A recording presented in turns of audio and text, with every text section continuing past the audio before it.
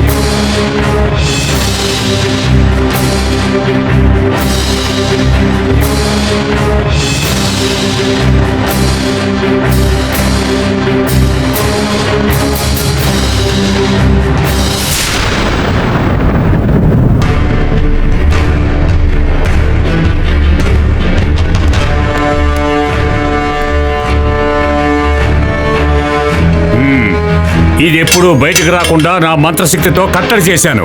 కట్టడి చేసినప్పుడే కట్టడి నుంచి తప్పించుకునే విధంగా కట్టడి చేస్తే మంత్ర కట్టడికి శక్తి ఉన్నందువల్ల ఈ పాము బయటికి వచ్చే విధంగా పద్ధతి కోసం దీన్ని ఉంచాం.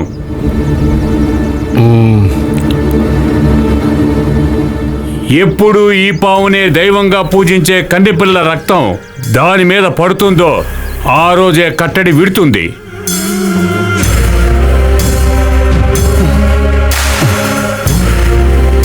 అందువల్ల కన్నెపిల్లలు ఎవరో పుట్ట చుట్టుపక్కలకి రాకుండా చూడవలసిన బాధ్యత మీది. ఆ విషయంలో జాగ్రత్తగా ఉండాలి. అలాగే స్వామి.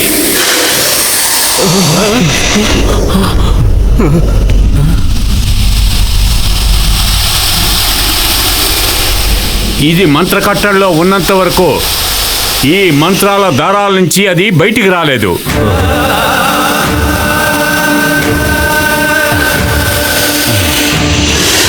దాన్ని ముట్టుకుంటే చాలు షాక్ కొట్టినట్టుంటుంది.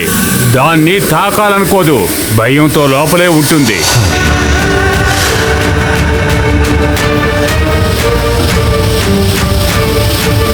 ప్రతి పౌర్ణమికి మనం ఈ మంత్రకట్టడికి పూజ చేస్తూ ఉంటేనే సరిపోతుంది. మనం చేసే పూజ ఈ మంత్రించిన దారాలకి శక్తినిస్తుంది, పాముని బయటికి రాకుండా ఆపుతుంది.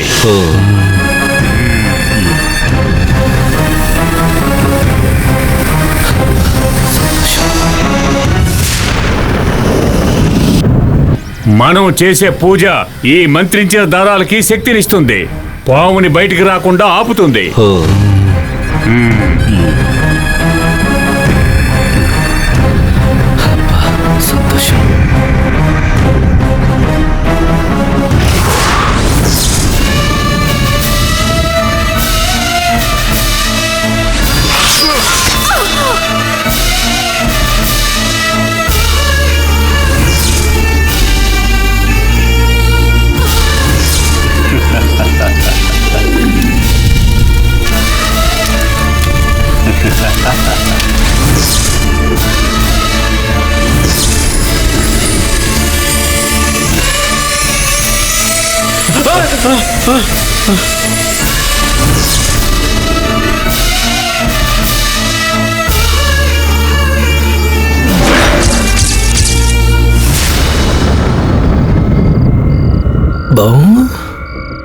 బావ ఇంతసేపు రూమ్లో ఏం చేస్తున్నాడబ్బా?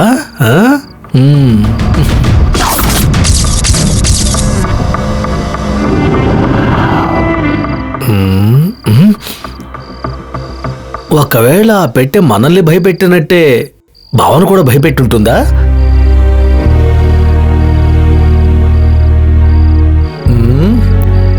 తెగించి వెళ్ళి బావకి ఏమైందో చూద్దామనుకుంటే ఈ సన్నాసి నా కొడుకు నన్ను ఒంటరిగా వదిలేసి వెళ్ళాడు. ఇప్పుడు ఏం చెయ్యాలబ్బా?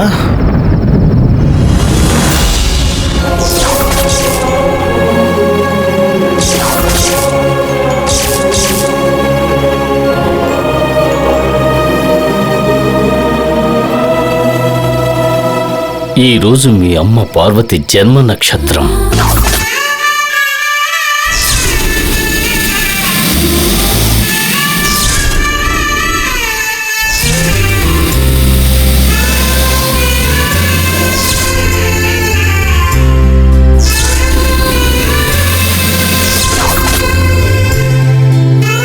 జీవితమంతా నాగదేవతకై సేవలు చేసిన తనని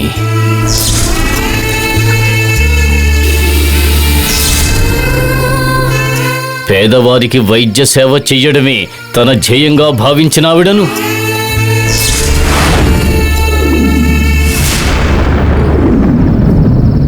ఆ దుర్మార్గులు అన్యాయంగా చంపేశారు.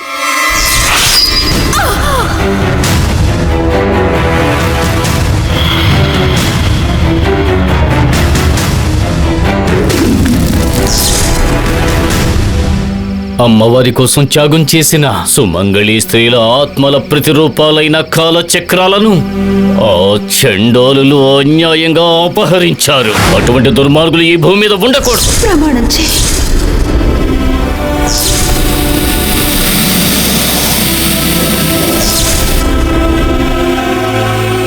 తనకు జరిగిన అన్యాయానికి న్యాయం చేసే బాధ్యతని ఆ పుణ్యవతి నీ చేతుల్లో పెట్టి ప్రాణాలు వదిలేసింది.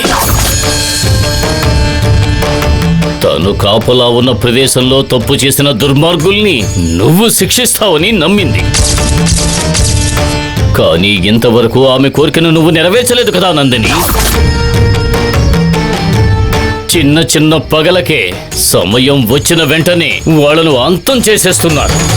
కానీ 20 సంవత్సరాలైనా కూడా మన పగను మనం తీర్చుకోలేకపోతున్నాం కదమ్మా. ఈ రోజే వాళ్ళంతా తేల్చేద్దాం. ఇన్నాళ్ళు నా నుండి తెలివిగా తప్పించుకోండొచ్చు, కానీ ఈ రోజు తప్పించుకోలేరు. ఆ రాజశేఖర్ చేసిన పాపానికి వాడిని చంపి ముక్కలు ముక్కలుగా చేసేస్తాను. నందిని, ఓపిక పట్టమ్మా. ఎన్ని సంవత్సరాలు ఓపికగానే ఉన్నానయ్యా, ఇక ఓపిక పట్టలేను. మా అమ్మ జన్మ నక్షత్రమైన ఈరోజు నేను ఎలాగైనా ఆ రాజశేఖర్ని చంపి తీరాలి. నన్ను ఆపకండి. నందిని, నీ ఆవేశం నాకు అర్థమైంది. నువ్వు ఆవేశంతో వాళ్ళను చంపేస్తే వాళ్ళ దగ్గర ఉన్న కాలచక్రాల్ని మనం ఎలా తిరిగి పొందగలం? వాళ్ళను నరికి పోగులు పెట్టడం ఏమంత పెద్ద విషయం కాదు. కానీ దానికి ముందుగానే ఆ కాలచక్రాల్ని మనం పొందాలి. ఆ కాలచక్రాలు ఆది పరాశక్తి అయిన అమ్మవారి సొత్తు.